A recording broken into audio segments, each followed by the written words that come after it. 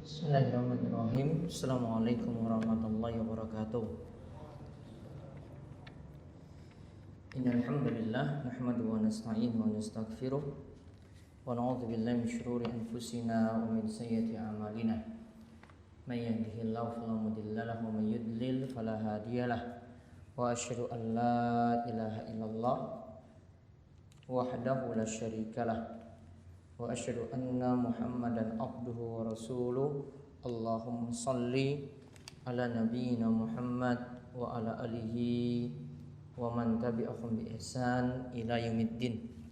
Allahumma inna nas'aluka ilman nafi'a wa rizqan thayyiba wa amalan mutaqabbala. Puji syukur kita panjatkan kepada Allah Subhanahu wa taala. Shalawat dan salam semoga tercurah kepada junjungan kita Nabi Agung Muhammad sallallahu alaihi wasallam. Kesempatan sore hari ini kita dipermudah lagi untuk berada dalam majelis yang mulia ini. Sebelum maghrib kita akan melanjutkan pembahasan kitab Umdatul Ahkam berisi hadis-hadis yang membicarakan tentang masalah fikih yang telah disusun oleh Syekh Abdul Ghani Al-Maqdisi. Kali ini kita masih dalam pembahasan sifat sholat Nabi Sallallahu Alaihi Wasallam. Setelah kemarin kita membahas hadis nomor 98 tentang sholat Nabi SAW yang pernah sambil menggendong cucunya, yaitu Umamah, putri dari anak perempuan beliau yaitu Zainab yang menikah dengan Abul As bin Arabi, sebagaimana diterangkan pada pertemuan sebelumnya. Sekarang kita lihat hadis ke-99, yaitu tentang masalah sujud. Ada sujud yang tidak dibolehkan atau ada bentuk sujud ini yang dilarang, sebagaimana disebutkan dalam hadis berikut ini, yaitu dari Anas bin Malik radhiyallahu anhu dari Nabi sallallahu alaihi wasallam. Beliau mengatakan, "I'tadilu fis sujud wala yabsud ahadukum zira'aihi in bisatal kalbi." Anas bin Malik radhiyallahu anhu meriwayatkan bahwasanya Nabi sallallahu alaihi wasallam bersabda, "I'tadilu fis sujud." Tegaklah ketika melakukan sujud, yaitu maksudnya bersikap lurus atau adil ketika melakukan sujud. Nanti kita akan lihat penjelasannya. Kemudian janganlah salah seorang di antara kalian sujud dengan membentangkan tangannya ke tanah seperti anjing. Janganlah salah seorang di antara kalian itu sujud dengan membentangkan tangannya atau menghamparkan kedua sikunya atau tangannya, yaitu sini lengan, ke tanah sebagaimana anjing menghamparkannya. Karena anjing itu ketika duduk, bagian lengan sini, lengan bawah ini dia hamparkan atau dia letakkan itu di tanah. Maka kita dilarang sholat menyerupai anjing. Maka faedah bisa kita ambil dari hadis ini, yaitu ada larangan ketika sujud, yaitu dengan menempelkan lengan atau siku ke tanah.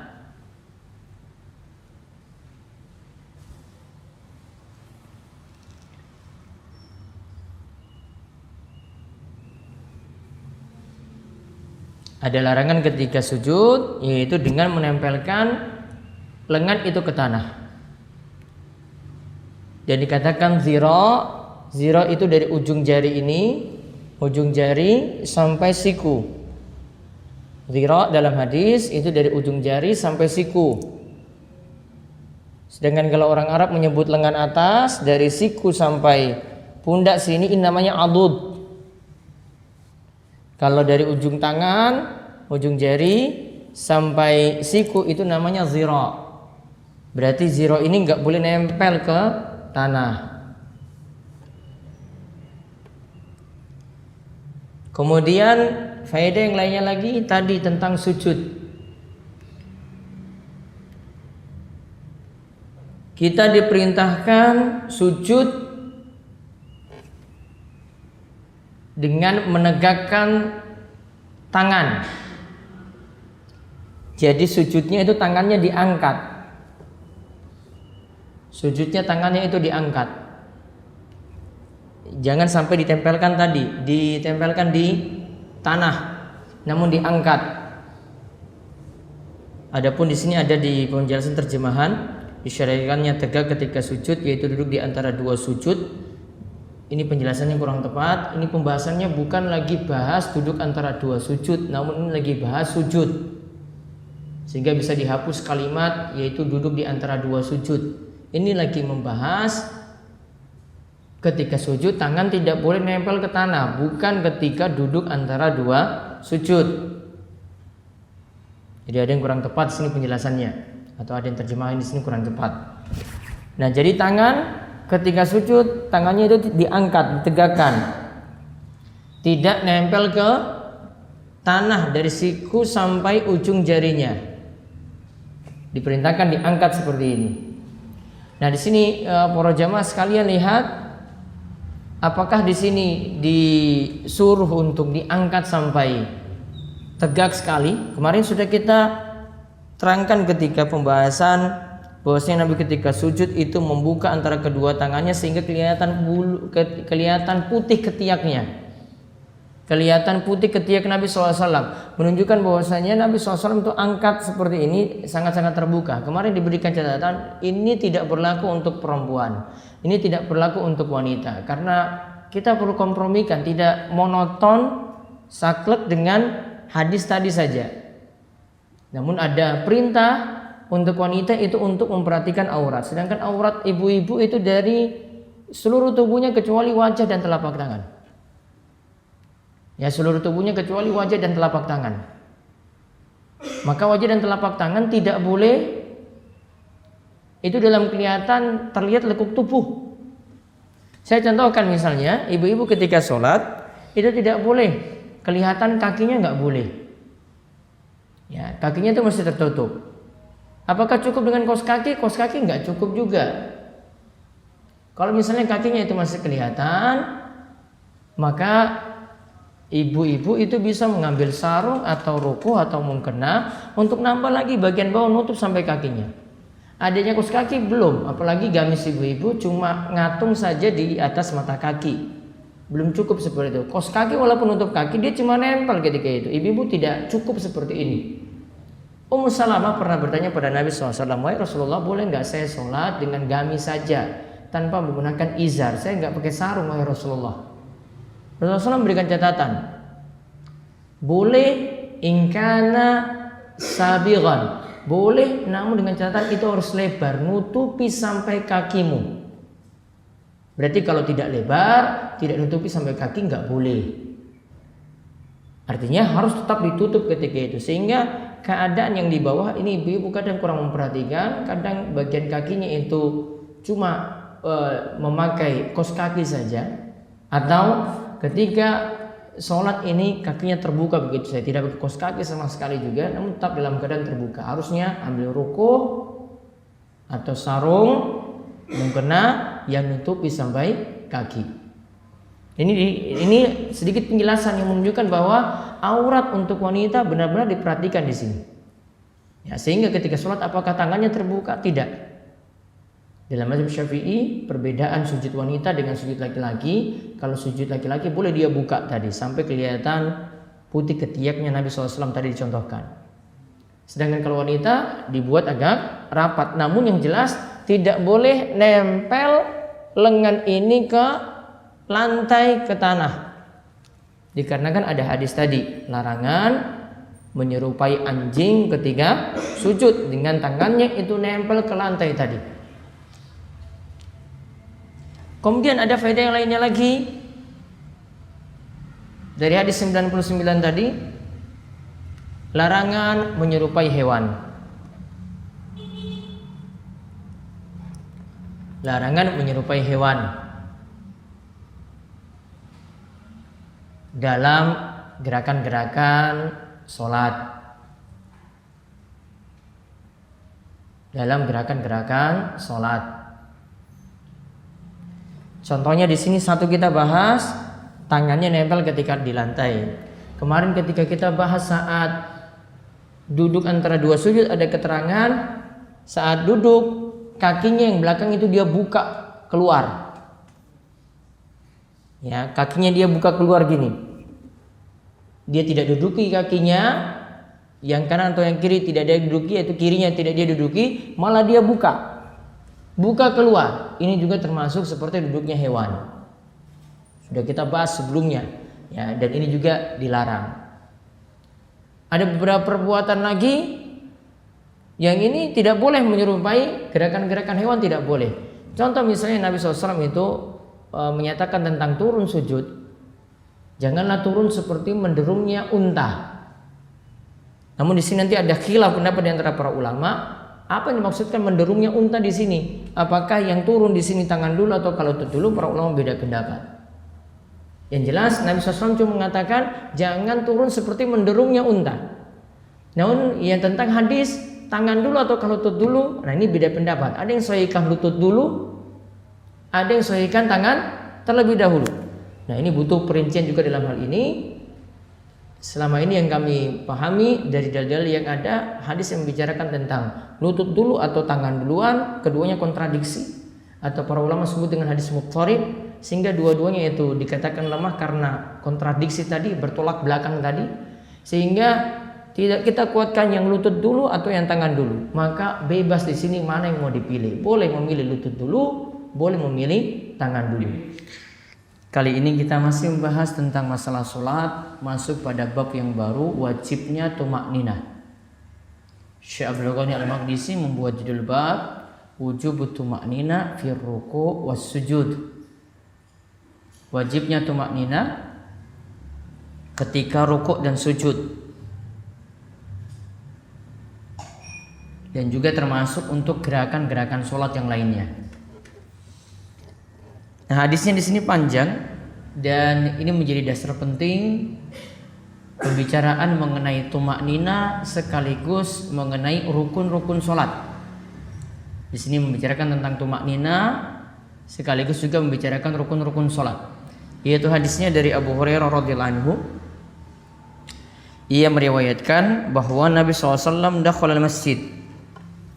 Nabi SAW itu pernah masuk masjid. Fadakhala rajulun. Maka ketika itu Nabi SAW bertemu dengan seorang laki-laki. Bertemu dengan seorang laki-laki. Di sini tidak disebut namanya, walaupun ada penamaan dari ulama yang lainnya mengenai sahabat tersebut. Ada yang menyatakan bahwasanya nama sahabat ini seperti kata Syekh Muhammad bin Shalih Al-Utsaimin, Khalad bin Rafi al-Ansari al-Khazraji. Nah, di situ disebutkan bahwa ia menyatakan ketika itu dia sholat. Fadakhala rajulun fasalla.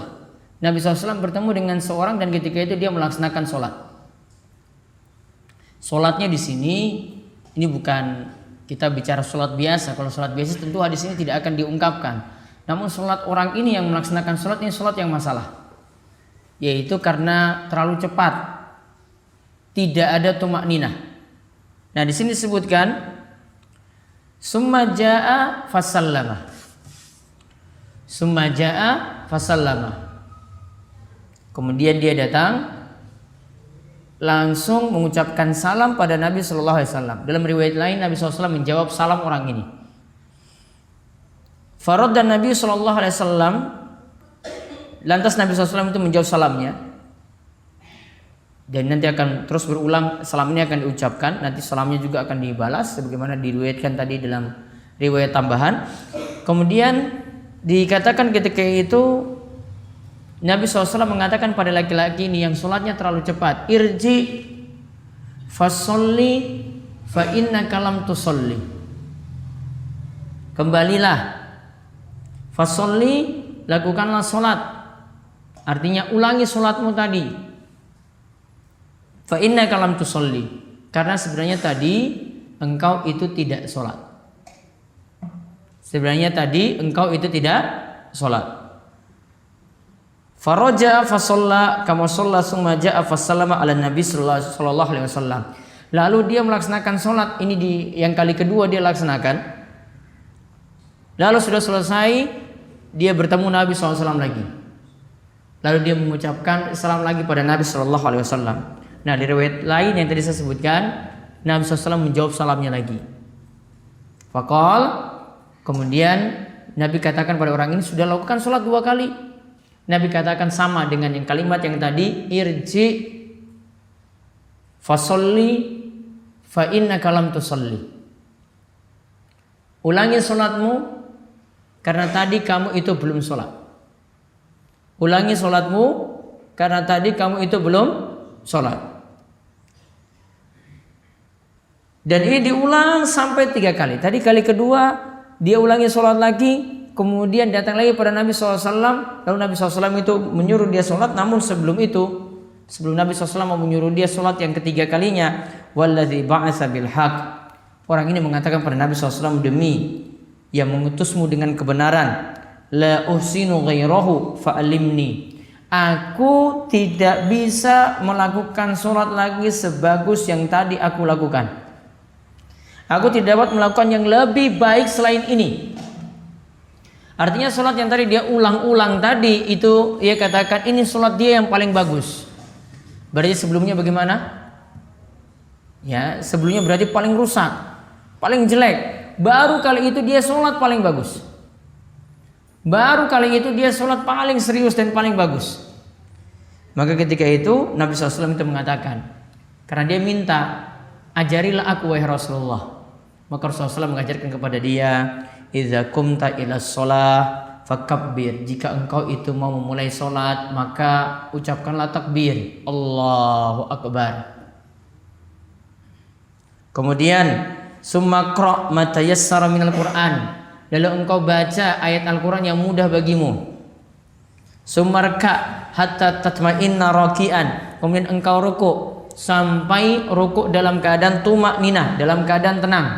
Summa rfa', kemudian engkau bangkit dari rukuk hatta ta'tadila qa'iman, sampai engkau itu dalam keadaan lurus badannya, berdiri tegak ketika bangkit dari rukuk. Summasjud hatta tatma'inna sajidan, kemudian engkau sujud sampai sujudmu itu dalam keadaan tumakninah. Summarfa hatta tatma'inna jalisan, kemudian engkau bangkit dari sujud tadi sampai engkau duduk tegak. Waf'al zalika fi sholatika kulliha, lakukan seperti itu untuk solatmu seluruhnya. Maka singkatnya di sini cerita dari hadis ini menggambarkan tentang orang yang sholat dan dia disuruh mengulangi sholat sampai 3 kali. Lalu Nabi SAW mengajarkan kepada dia sholat yang benar. Dan yang nantinya dibicarakan dalam hadis ini seputar orang yang sholat dan sholatnya itu bermasalah. Lalu Nabi SAW ajarkan dia perkara-perkara penting, bagian-bagian penting dari sholat, atau yang para ulama itu sebut dengan rukun-rukun sholat. Hadis ini menjadi dasar untuk pembahasan rukun-rukun sholat. Nah, sekarang kita lihat faedah yang bisa dipetik dari hadis tadi. Yang pertama, amalan yang disebutkan dalam hadis termasuk rukun sholat. Amalan yang disebutkan dalam hadis termasuk rukun sholat.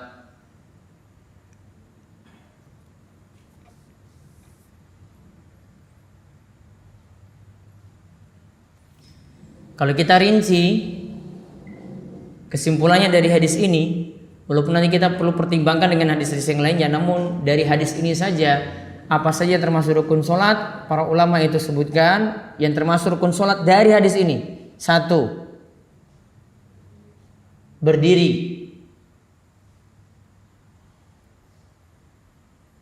Ketika mampu. Dan ini khusus untuk sholat wajib jadi rukun.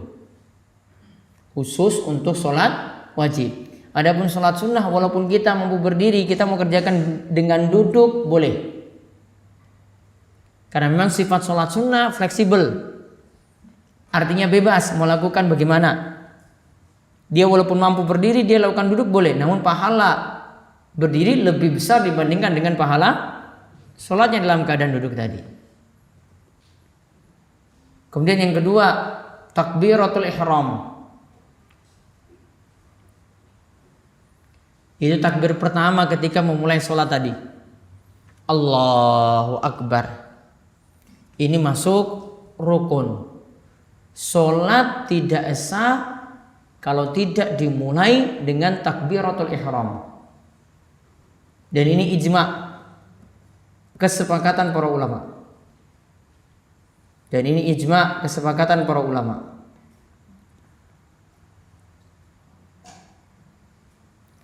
Kemudian yang ketiga, summa qra' ma tayassara ma'aka minal Qur'an. Baca surat yang mudah bagimu. Maksudnya di sini yang ketiga, membaca Al-Fatihah. Membaca Al-Fatihah. Ini bagian dari rukun sholat. Nah, nanti kalau kita kompromikan dengan dalil-dalil yang lainnya, bahwa Al-Fatihah ini kalau bagi orang yang sholat sendirian, dia baca Al-Fatihah wajib. Kalau dia jadi imam, dia wajib membaca Al-Fatihah wajib. Nah, sekarang masalahnya kalau jadi makmum, apakah makmum ini baca Al-Fatihah atau tidak? Para ulama berbeda pendapat. Rincian yang paling bagus mengkompromikan, menggabungkan dalil-dalil yang lainnya. Membaca Al-Fatihah itu bagi makmum yang mendengar imam membaca Al-Fatihah, seperti dalam sholat maghrib, isya, subuh, maka dia cukup dengan bacaan imam. Sedangkan bagi yang, kalau tadi bagi yang mendengar, ya maaf, tadi bagi yang mendengar bacaan imam, maka dia cukup dengan bacaan imam. Namun kalau yang tidak mendengar bacaan imam, seperti sholat zuhur dan asar atau rakaat ketiga dan keempat, maka berarti makmum tetap baca Al-Fatihah. Ini lebih mengkompromikan dalil-dalil yang ada.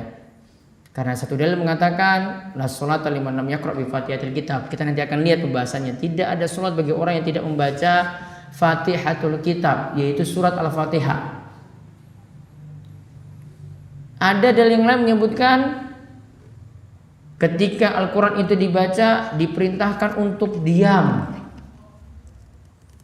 Juga ada dalil yang lainnya yang menyebutkan bacaan imam itu sudah menjadi bacaan makmum.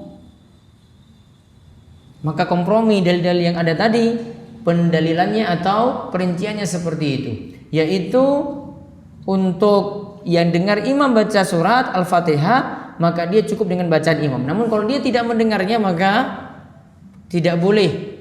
Maaf, kalau dia tidak mendengarnya, maka dia ketika itu membaca Al-Fatihah lagi. Nah, kemudian sudah berapa tadi rukunnya? 3. Sekarang yang keempat, rukuk. Ditambahkan yang keenam, jadi maaf, keempat ya. 4 dan 5 berarti. 4 dan 5 berarti rukuk dan tumakninah. Dan karena tadi Nabi SAW mengatakan sumarka hatta tatma'inna raki'an, kemudian rukuk sampai melakukan rukuk tadi dengan tumakninah. Kemudian 6 dan 7 bangkit dari rukuk atau iktidal dan tumakninah. Bangkit dari rukuk atau iktidal dan tumakninah. 6 dan 7 ya tadi ya. Nah, sekarang 8 dan 9. Summasjud hatta tatma'inna sajidan. 8 dan 9 sujud dan tumakninah.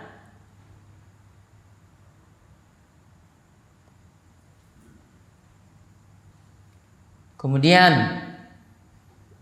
10-11 ya sekarang.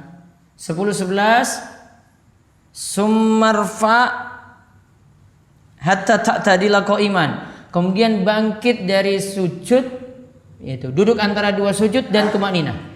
Duduk antara dua sujud dan tumakninah.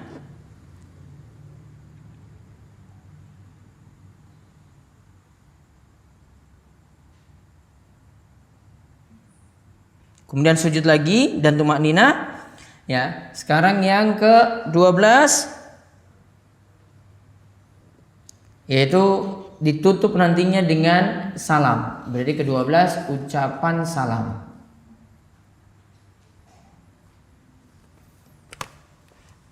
Ya, ucapan salam. Dan diberi catatan di sini kalau kita bahas rukun tidak boleh ditinggalkan walaupun lupa. Rukun juga tidak bisa gugur walaupun tidak tahu.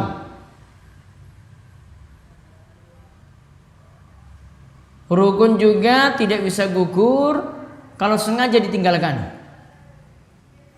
Jadi ada sebab-sebabnya tadi. Ada yang lupa tetap harus lakukan rukun tadi. Ada yang tidak tahu tetap lakukan rukun tadi. Ada yang tahu sengaja tetap lakukan rukun tadi.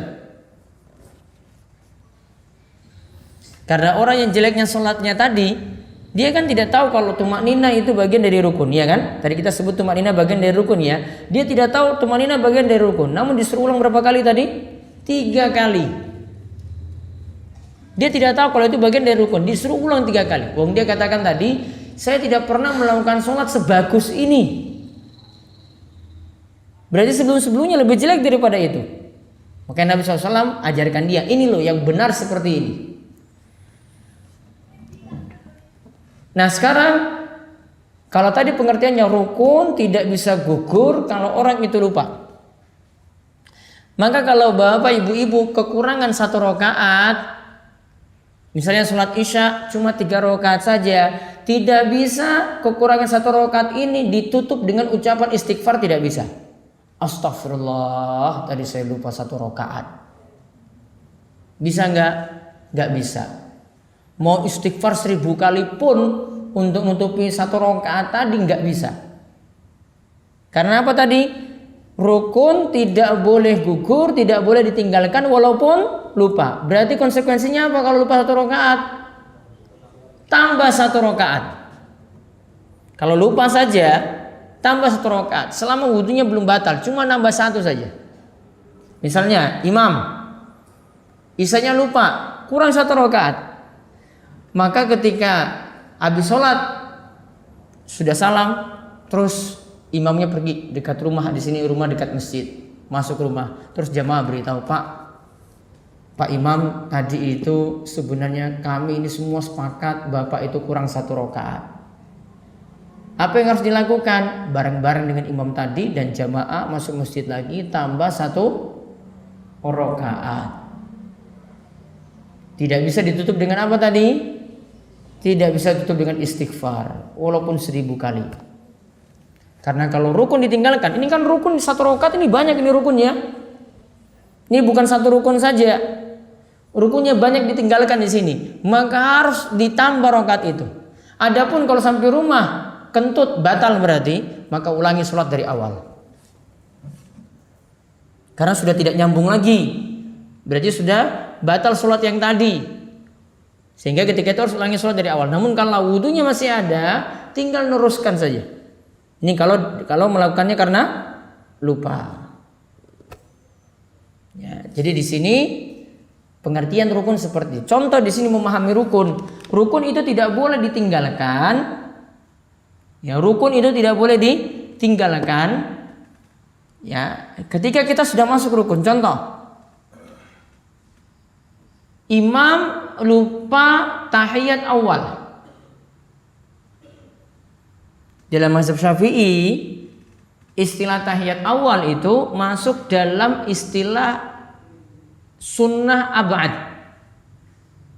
bukan masuk dalam istilah rukun. Kalau dalam mazhab Hambali masuk dalam wajib sholat, bukan masuk juga dalam istilah rukun.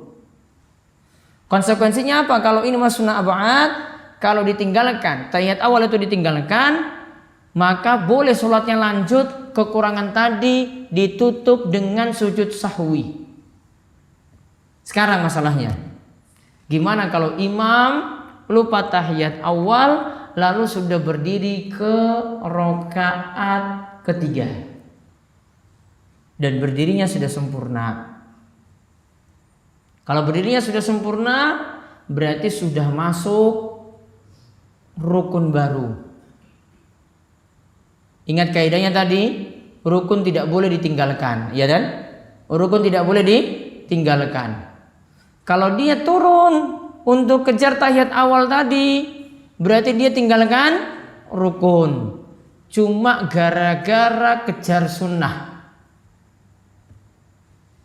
Pada rukun wajib, dia sudah masuk wajib di rakaat ketiga. Saya contohkan kenapa kita tidak boleh kejar rukun di sini. Tidak boleh kejar sunnah di sini. Gambarannya gini, misalnya sudah iqomah, saya telat, belum sholat sunnah fajar. Aduh, katanya kemarin sholat sunnah fajar itu lebih baik daripada dunia dan seisinya. Nggak apa-apa lah, saya telat dari imam, saya percepat nanti sholatnya. Boleh nggak? Boleh atau tidak? Tidak boleh. Kenapa? Itu sholat sunnah. Imam sudah masuk mau sholat wajib. Tidak boleh kejar sholat sunnah, tinggalkan yang wajib. Maka berarti kembali ke masalah tadi, tidak boleh kejar tahiyat awal padahal sudah masuk berdiri yang wajib. Berarti apa yang harus dilakukan ketika itu? Lanjut sholat.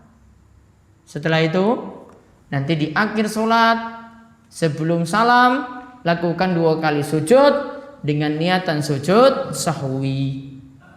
Ya, dengan niatan sujud sahwi 2 kali sujud untuk nambal tadi tahiyat awal yang tidak bisa dilakukan tadi dalam keadaan lupa. Jadi ini pelajarannya. Kalau mempelajari seperti ini rukun sholat, konsekuensinya nanti kita akan membahas sunnah-sunnah sholat. Ada sunnah ab'ad, ada sunnah hay'ah. Ini pembahasannya sampai merembet ke masalah fikih.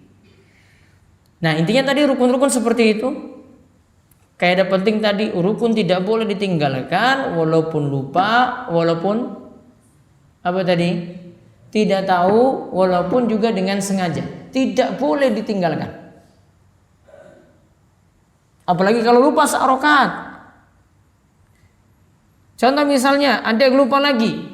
Ketika berdiri baca surat, dia pahami langsung sujud.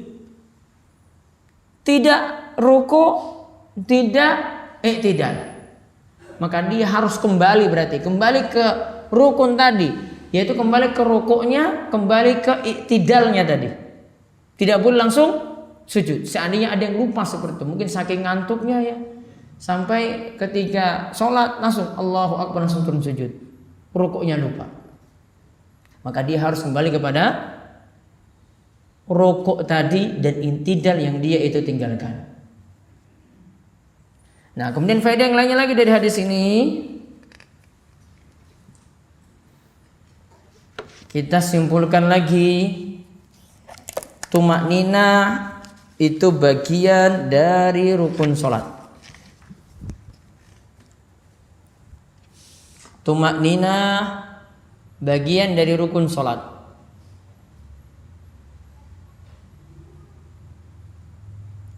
Berarti kalau tidak ada tumaknina berarti tidak ada sholat. Tidak ada tumaknina berarti tidak ada sholat. Lihat di sini Bapak Ibu, lihat disuruh ulang sampai berapa kali tadi? 3 kali. Berarti akibatnya sholat yang tidak ada tumaknina tadi, sholatnya tidak sah. Maka disuruh ulang. Adapun pengulangan 3 kali di sini, ini faedah berikutnya. Pengulangan 3 kali dalam hadis untuk pengajaran.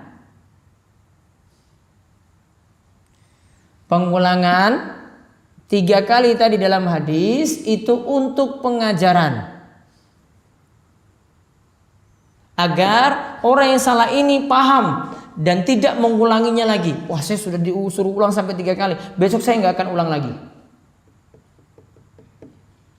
Karena dia sudah disuruh ulang-ulang seperti itu. Jadi nancep pada dirinya ini adalah suatu kesalahan. Karena sampai disuruh ulang sampai 3 kali tadi. Nah, sekarang faedah berikutnya lagi. Apa yang dimaksudkan dengan tumakninah?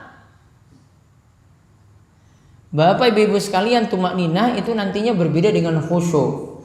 Kalau khusyuk nanti itu dihukumi sunnah. Kalau tumakninah ini kita bahas masuk rukun. Tumakninah itu artinya tidak tergesa-gesa di dalam sholat. Tidak cepat-cepat di dalam sholat. Kalau ada yang tanya, berapa kadar menitnya? Berapa lama waktunya? Berapa durasi waktunya disebut tumakninah? Para ulama itu katakan durasi waktunya sekadar kita baca subhanallah. Subhanallah berapa detik coba? Subhanallah 3 atau 4 detik ya. Ya. Maka kalau ada yang kurang daripada ini, kurang dari kadar tumakninah ini, berarti tidak ada tumakninah. Baru sampai subha sudah bangkit, berarti tidak ada tumakninah. Wah, ini imam ini saya sudah hitung ini 1 detik saja nggak nyampe misalnya. Cepat sekali. Allahu Akbar, sami'allahu liman hamidah. Berarti kurang dari kadar tadi. Kadarnya tadi kan sekadar kita membaca apa? Subhanallah. Ini kadarnya ya, maksudnya durasi waktunya. Baca subhanallah itu berapa detik. Nah, itu kadarnya seperti itu. Kalau ada yang kurang dari subhanallah, berarti sholatnya tidak ada tumakninah. Dan namun kalau kita perhatikan dari apa yang disebutkan tadi, disebut tumakninah itu ketika badannya itu tegak ketika bangkit dari ruku. Sami Allahu liman hamidah, tegak dulu sempurna, kembali tulang-tulang ke tempatnya, itu baru disebut tumakninah. Turun sujud, Allahu Akbar. 7 anggota tubuh itu nempel di situ, badan-badan itu semua sudah dalam keadaan tenang di situ, baru Allahu Akbar lagi. Duduk antara 2 sujud, organ-organ tubuh itu kembali ke tempatnya semula. Nah, itu baru bisa gerakan berikutnya lagi. Tumakninah dulu. Berarti kembali anggota badan ke tempatnya masing-masing. Itu juga dijelaskan oleh para ulama semacam itu.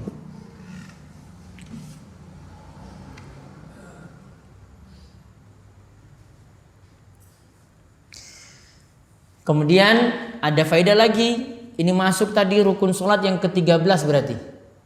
Tadi 12 ya. Ya, tadi 12 ya. Baik, yang ke-13.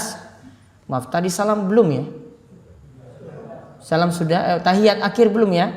Maaf, tambah 13 tahiyat akhir, riwayat yang lain. Nanti kita tambah di awal, berarti niatnya belum. Berarti tambah di awal juga, dari awal tadi langsung berdiri, idza kumtum ilas, langsung berdiri ya dah. Nah, berarti sebelumnya itu ada niat.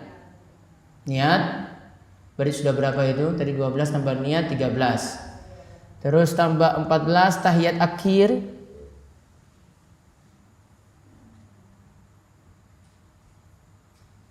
Tahiyat akhir. Lalu 14. Ya, ada para ulama tambahkan lagi duduk tahiyat akhirnya. Tadi kan baca tahiyat akhirnya. Duduk tahiyat akhir. Sebenarnya duduk dulu baru bacaan. Duduk tahiyat akhir baru bacaan tahiyat akhir. Sudah berapa itu? 14. Tadi 13 tambah niat. Ya, 15 ya. 15. Kemudian ditambahkan lagi sholawat pada Nabi SAW tahiyat akhir. Sholawat pada Nabi SAW tahiyat akhir. 16 ya. Sudah 16. Kemudian 17. Tadi salam sudah? Nah, salam sekarang ini. Berarti tadi kurang salamnya diundur aja. Berarti tadi tetap nomornya sama, berarti cuma salamnya di situ. Setelah ini sudah, berarti tetap tadi jumlahnya baru berapa? 16 kan? Ya, baru 17 tertib melakukannya secara urutan. Jadi pas 17. Tadi tumak nina ada di berapa rukun?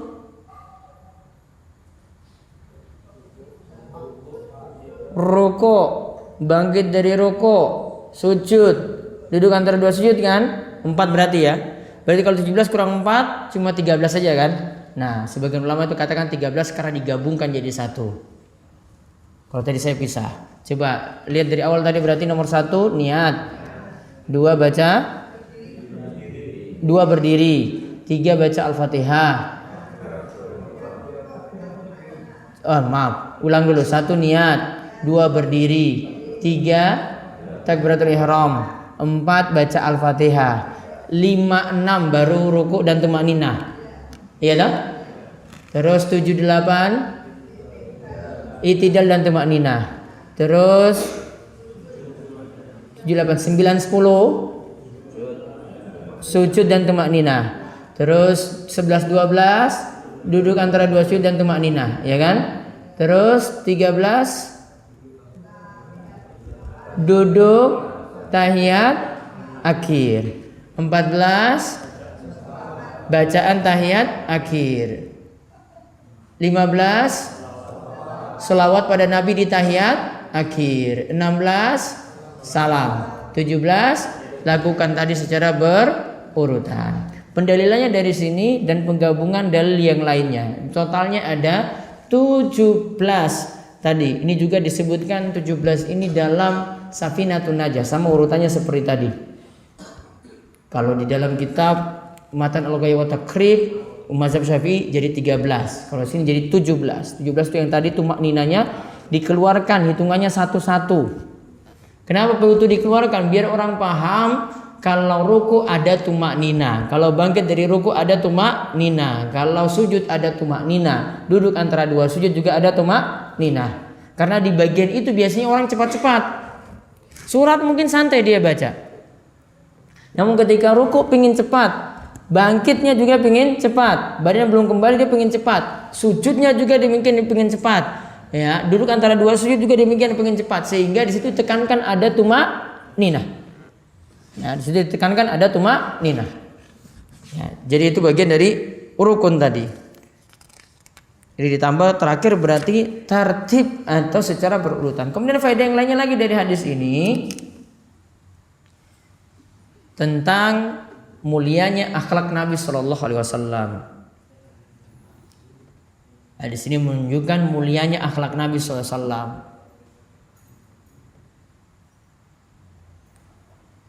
Dan bagaimana beliau itu mengajarkan orang yang tidak tahu.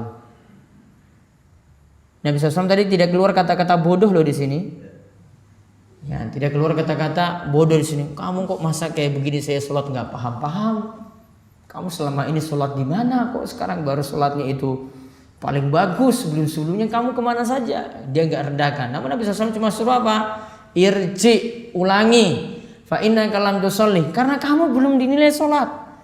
Ulangi lagi karena kamu itu belum dinilai sholat. Ulangi lagi karena kamu belum dinilai sholat. Kenapa diulang tadi sampai 3 kali? Biar dia makin paham. Karena kalau cuma disuruh ulang 1 kali, ulangi karena kamu itu belum sholat, dia belum paham juga. Tadi dijelaskan tentang rukun loh, kamu kok nggak paham-paham. Ini saya sudah jelaskan. Ulangi lagi 2 kali, ulangi lagi sampai yang ketiga kalinya seperti itu. Kemudian faedah yang lainnya lagi dari hadis ini, dianjurkan mengucapkan salam dan wajib membalas salamnya. Dianjurkan mengucapkan salam dan wajib membalas salamnya.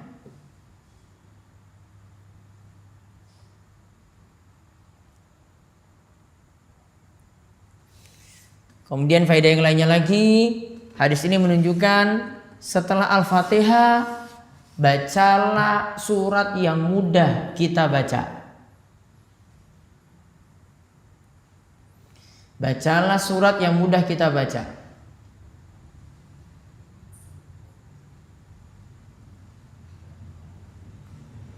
Berarti ya sesuai dengan kemampuan.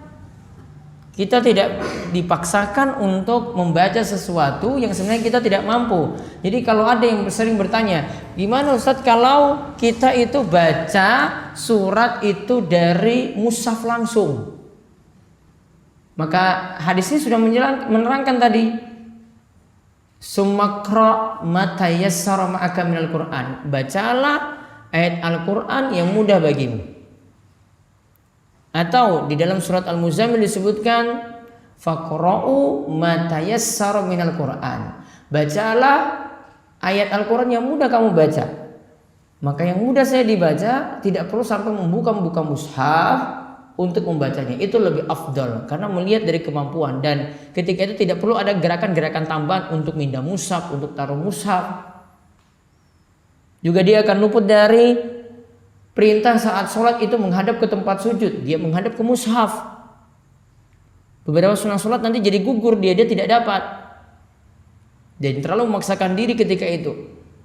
Ya, jadi apa yang dibaca dalam sholat tahajud, apa yang dibaca dalam sholat duha, apa yang dibaca dalam sholat wajib sesuai dengan kemampuan. Nah, namun Nabi SAW biasanya untuk sholat wajib, untuk subuh biasanya dengan ayat yang sifatnya panjang-panjang.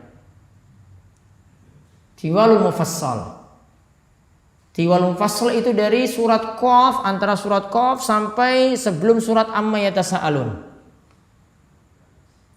Itu surat yang panjang-panjang. Ini untuk sholat apa ini? Subuh. Kemudian kalau untuk sholat maghrib, kisarul mufassal, yang pendek-pendek. Ya pendek-pendek ya seputar kulkul lah, seputar itu. Kemudian isya masih pertengahan. Isya, zuhur, asar. Berarti selain itu, selain yang panjang dan terlalu pendek tadi, berarti pertengahan. Antara amma yatasa'alun sampai sebelum surat duha. Ya, antara amma yatasa'alun sampai sebelum surat duha. Itu ayat yang dikatakan pertengahan. Ya, jadi kalau yang paling panjang itu sholat subuh. Nabi SAW pernah sampai sholat subuhnya itu, beliau mulai ketika keadaan langit itu masih gelap. Keadaan langit itu masih gelap. Ini jadi dalil juga, nggak usah banyak protes dengan waktu sholat subuh saat ini. Kalau ada yang bilang, kok sekarang sholat subuh mulainya masih dalam keadaan gelap? Dulu Nabi SAW mulainya juga gelap. Rampungnya ketika Nabi SAW bisa melihat, sahabat bisa melihat orang-orang samping kanan kirinya. Itu rampungnya, bukan awalnya. Mulainya itu ketika keadaan masih gelap, sudah terbit fajar shadiq. Namun rampungnya ketika yang satu bisa melihat yang lainnya, artinya matahari sudah mulai terbit. Ini kalau kita ya berarti sekitar jam 5 lah. Kalau matahari terbit itu jam 5.10, jam 4 jam 5 kurang seperempat lah. Tapi mulai sholatnya dari jam 4. Ya, rampungnya berarti 45 menit. Ya, namun kalau yang dipilih tadi kisahul mufassal yang kulukul tadi ya wajar aja selesai sholat subuh 5 menit, bukan lagi ya gelap, dari keadaan gelap sampai dalam keadaan terang tadi, satu dan yang lainnya bisa melihat orang teman-teman duduknya. Kalau dalam hadis tadi dikatakan satu dan yang lainnya bisa melihat teman-teman duduknya. Oh, ini kelihatan. Karena dulu tidak ada penerangan. Ketika selesai satu dan yang lainnya bisa melihat. Bisa melihat karena sudah dalam keadaan terang. Ini menjelaskan tentang waktu rampungnya sholat subuh. Sehingga kalau ada yang selalu menyatakan sholat subuh itu terlalu cepat, lihat kembali hadis-hadisnya membicarakannya itu bagaimana. Enggak usah banyak protes dan terlalu membuat isu lah yang menjatuhkan jadwal-jadwal sholat yang ada. Karena jadwal sholat yang ada sudah dibuat dari kemenang, sudah punya ijtihad untuk hal ini. Enggak usah banyak protes untuk itu, bikin kacau saja suasana. Ya. Wallahu a'lam bishawab. Itu tadi hadis terakhir yang panjang yang membicarakan tentang rukun-rukun salat saking Abu Hurairah. Monggo di antara Bapak Ibu ada yang bertanya? Dipersilakan ya.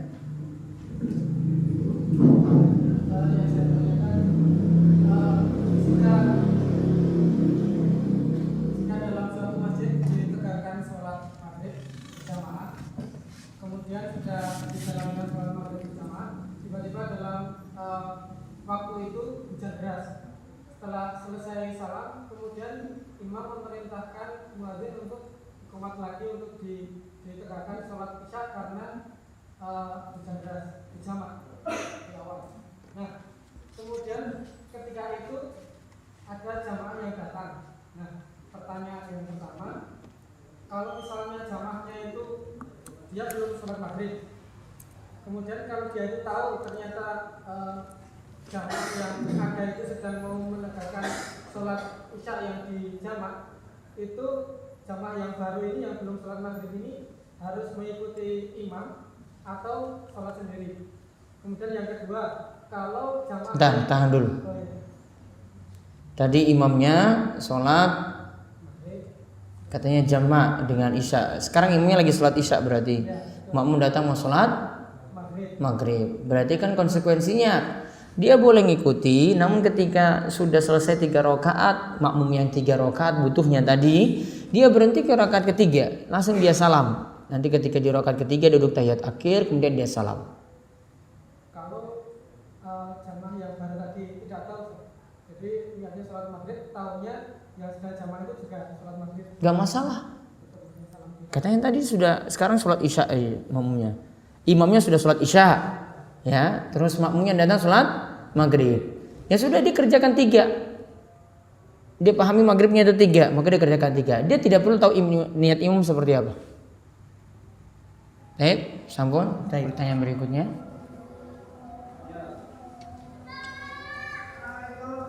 Ntar belakang. Ya monggo.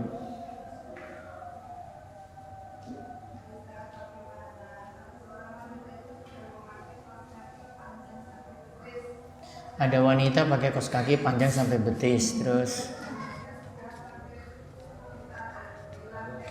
apanya sampai di lantai? Gamis, baik.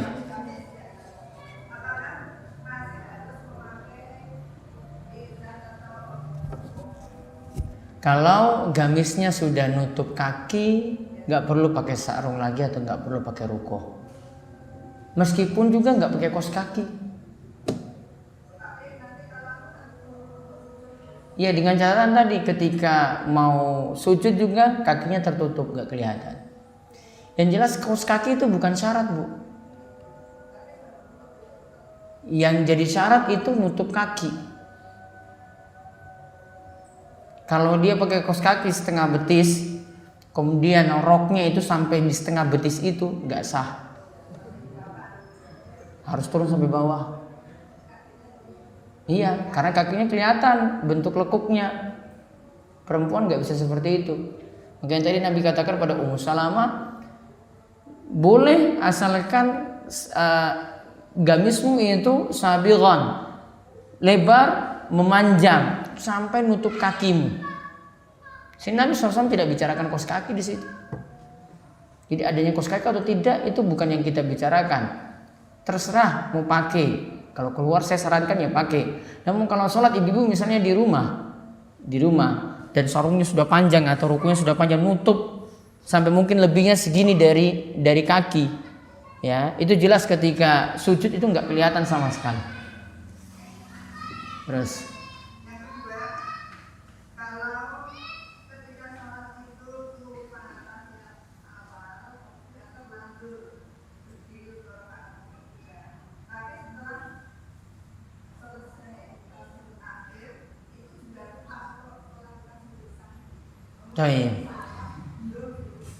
tadi tahiyat awalnya itu lupa, terus sampai tahiyat akhir mau salam sujud sahwinya juga lupa. Nah berarti nanti dia sujud sahwinya ba'da salam atau ketika dia ingat nanti. Dengan catatan apa tadi? Apanya belum batal, Bu? Wudu belum batal. Karena kalau wudu belum batal dia cuma nambah kekurangannya tadi, yaitu cukup sujud sahwi saja.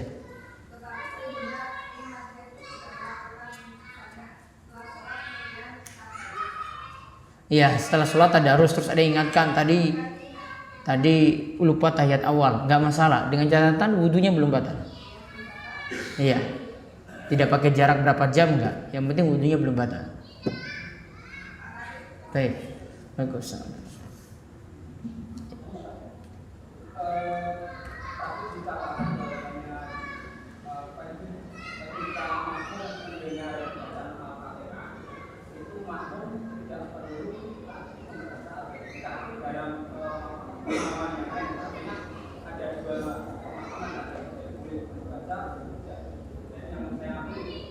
Ketika mendengar tidak perlu membaca.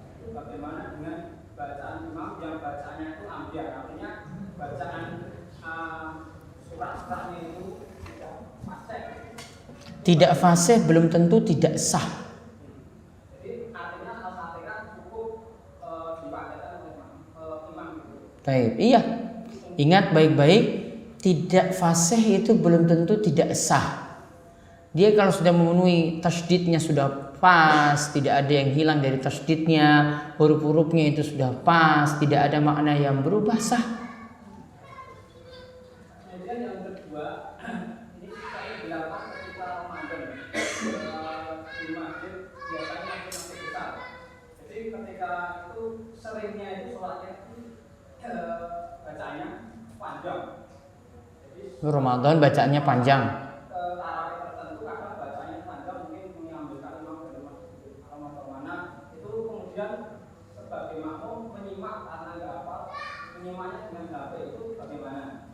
Baiknya tidak. Tadi sudah dikatakan, boleh nggak makmum menyimaknya dengan HP? Tidak. Sebagian ulama bolehkan, namun saya tidak anjurkan di sini. Karena beberapa riwayat dari Aisyah sebutkan ada seorang budak yang dia itu baca Quran dengan melihat mushaf.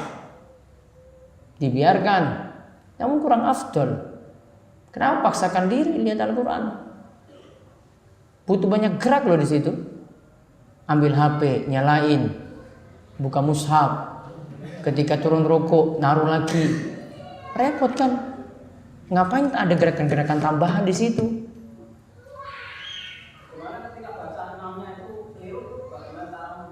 Nah, tugasnya jamaah di belakang imam persis itu yang betulkan bacaan imam, bukan yang nggak hafal. Itu resikonya kalau imam itu bacanya suratnya yang jamaah nggak paham, resikonya di situ. Dia harus bisa mempertahankan hafalannya. Karena jamaah imamnya mau baca benar enggak? Oh, itu benar paling itu imamnya itu. Iya kan? Jadi tugasnya ada satu orang di belakang itu yang nanti membetulkan bacaannya ketika imam itu salah. Gitu. Kemudian yang terakhir yang juga bagaimana ketika imam membacanya berulang, artinya kalau sholat tarawih gitu ya, itu kan ada dua tiga rakaat. Karena apanya hanya itu diulang-ulang. Rakaat pertama Al-Qadr, rakaat kedua Kulhu misalnya. Terus kayak gitu sampai 11 rakaat selesai, sah. Namun ada yang keliru dikarenakan nganggap, dulu pernah saya saksikan sholat sendiri pas di 10 malam terakhir bulan Ramadan, setiap rakaat pertama itu Al-Qadr, setiap rakaat kedua itu Al-Ikhlas, terus sampai 23 rakaat. Saya langsung ketika baru separuh, sudahlah saya pulang aja ini, membosankan sholatnya. Masa kayak begitu terus imam? Gak ada perintah khusus juga dari Nabi SAW di 10 hari terakhir bulan Ramadan baca Al-Qadr dan Al-Ikhlas, gak ada. Karena dia seolah-olah mengharuskan ini, karena diulang terus. Beda kalau yang jenengan tanyakan tadi, imamnya cuma hafal itu saja, ya sudah, gimana lagi coba? Imam cuma seputar 4 kul, coba kita memaksa bagaimana lagi kalau imam cuma seputar itu mampunya? Iya kan? Iya. Kalau ini dia mampu yang lain, namun dia khususkan setiap rakaat pertama Al-Qadr, rakaat kedua Al-Ikhlas, terus ulang itu 23 rakaat. Saya baru 8 rakaat saya pulang. Saya sudah nggak betah ini lihat imamnya, bosan kayak begini. Ini paling nanti gitu lagi. Masa 23 rakaat saya ulang-ulang seperti itu terus? Paham? Jadi dibolehkan seperti itu kalau memang terbatasnya hafalan, namun tidak dibolehkan ketika nganggap ada surat istimewa ketika itu yang dia baca. Waalaikumsalam warahmatullahi wabarakatuh.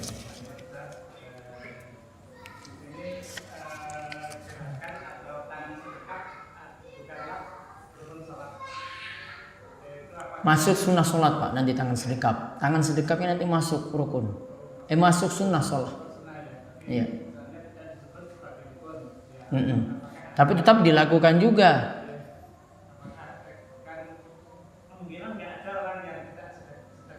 Iya.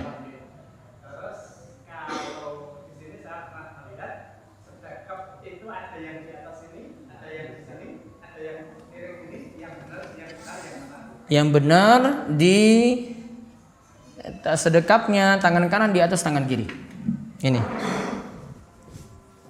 Terserah mau di sini, mau turun sedikit, mau turun lagi, turun sedikit nggak apa-apa. Itu salah. Kalau tangannya di pinggang itu masuk dalam hadis Naha Rasulullah SAW anis sholati muhtasiran. Rasulullah SAW itu melarang sholat dalam keadaan muhtasir. Apa yang dimaksudkan muhtasir? Tangan ketika sedekap ditaruh di pinggangnya. Nggak boleh. Baik. Wassalamualaikum warahmatullahi wabarakatuh.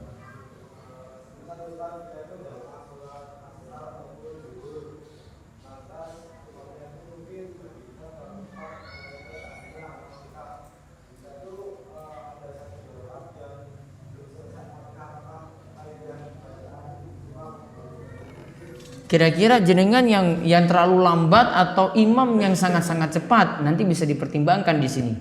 Kalau imam yang terlalu cepat, jenengan bisa timbang-timbang. Ini nggak mungkin baca Al-Fatihah secepat ini. Bisa jadi jenengan yang bacanya terlalu lambat.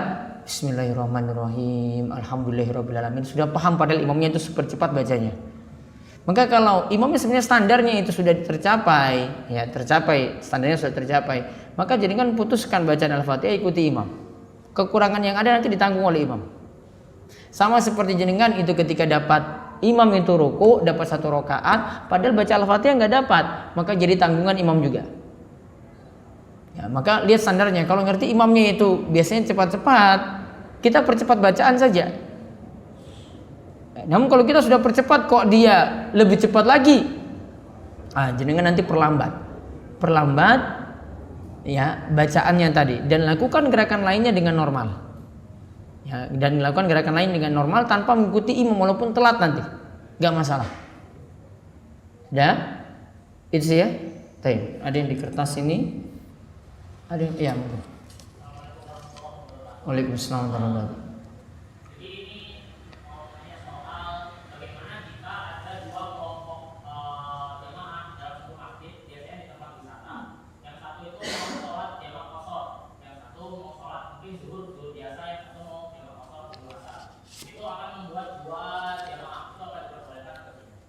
Kalau di tempat wisata, di masjid-masjid transit, ada yang satu lakukan jamak qashar, yang satunya lakukan sholat zuhur atau sholat asar misalnya. Kalau jamak transit kita agak sulit membuatnya jamaahnya jadi satu karena orang datang keluar masuk. Ini sholat, itu sana lagi ambil air wudhu, datang lagi mau jadi satu kan itu sulit. Ya beda kalau di masjid Asy-Syakur di sini misalnya ada imam tetap, nggak bisa di belakang sana buat lagi jamaah sendiri, nggak bisa. Dia ada sholat di sini, sedang melaksanakan sholat, lagi baca surat. Yang satu datang telat, kemudian dia buat jamaah sendiri, nggak boleh. Ya, namun kalau masjid musafir, wallahu alam, agak sulit dipraktekkan soalnya untuk menyatukan seluruh jamaah yang ada. Nah, kalau mau disatukan bisa nantinya tergantung dari imamnya. Maka nanti jamaah menyesuaikan.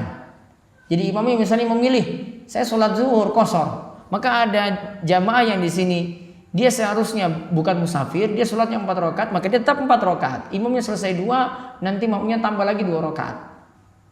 Jadi tergantung imamnya. Imamnya itu bagaimana? Ya, imamnya kalau sempurna 4 rakaat, ya berarti makmum semua 4 rakaat. Namun kalau imamnya itu 2 rakaat karena qashar, makmumnya yang sebenarnya tidak harus qashar, maka tetap 4 rakaat juga. Seperti itu. Terus ini pertanyaan, bagaimana jika pada waktu sholat subuh ada yang kunut, apakah kita sebagai makmum mengikutinya sesuai imam ikut doa tadi. Jadi pertanyaannya apakah angkat tangan ataukah tidak ketika imam itu kunut subuh. Kalau yang tidak meyakini adanya kunut subuh, maka dia punya dua pilihan di sini. Yang pertama, bisa tidak angkat tangan karena meyakini kunut subuh tidak ada tuntunan. Bisa yang kedua, dia angkat tangan juga dengan alasan ini doa diaminkan. Yang kedua dengan alasan karena masalahnya bukan masalah jadi prinsip, namun ini masuk di dalam ranah khilafiyah. Maka dia ketika itu menghormati jamaah kanan kiri dan menghormati imamnya, dia itu angkat tangan. Bisa memilih dua itu. Ya, ada yang memilih tidak angkat tangan sekali boleh, tidak angkat tangan sama sekali boleh. Ada yang memilih angkat tangan karena nggak enak di kanan kirinya, takut konflik, maka dia angkat tangan saat itu.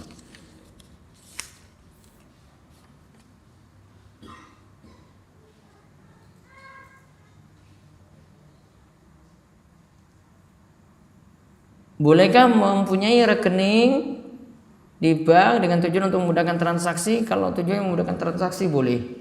Ya, ada beberapa transaksi yang dibolehkan, ada yang tidak dibolehkan, butuh rincian. Nanti insya Allah akan dibahas ketika pembahasan Bulughul Maram pada Senin depan bismillah. Itu saja yang bisa kami sampaikan untuk kesempatan malam hari ini. Dan insya Allah kita akan ketemu lagi pekan depan. Mudah-mudahan kita diberikan keberkahan dalam ilmu dan diberi taufik untuk senantiasa diberikan kesehatan dan dimudahkan dalam beramal soleh. Demikian kita tutup kalian doa kafaratul majelis. Subhanakallahumma bihamdika asyhadu an la ilaha illa anta astaghfiruka wa atubu ilaik. Assalamualaikum warahmatullahi wabarakatuh.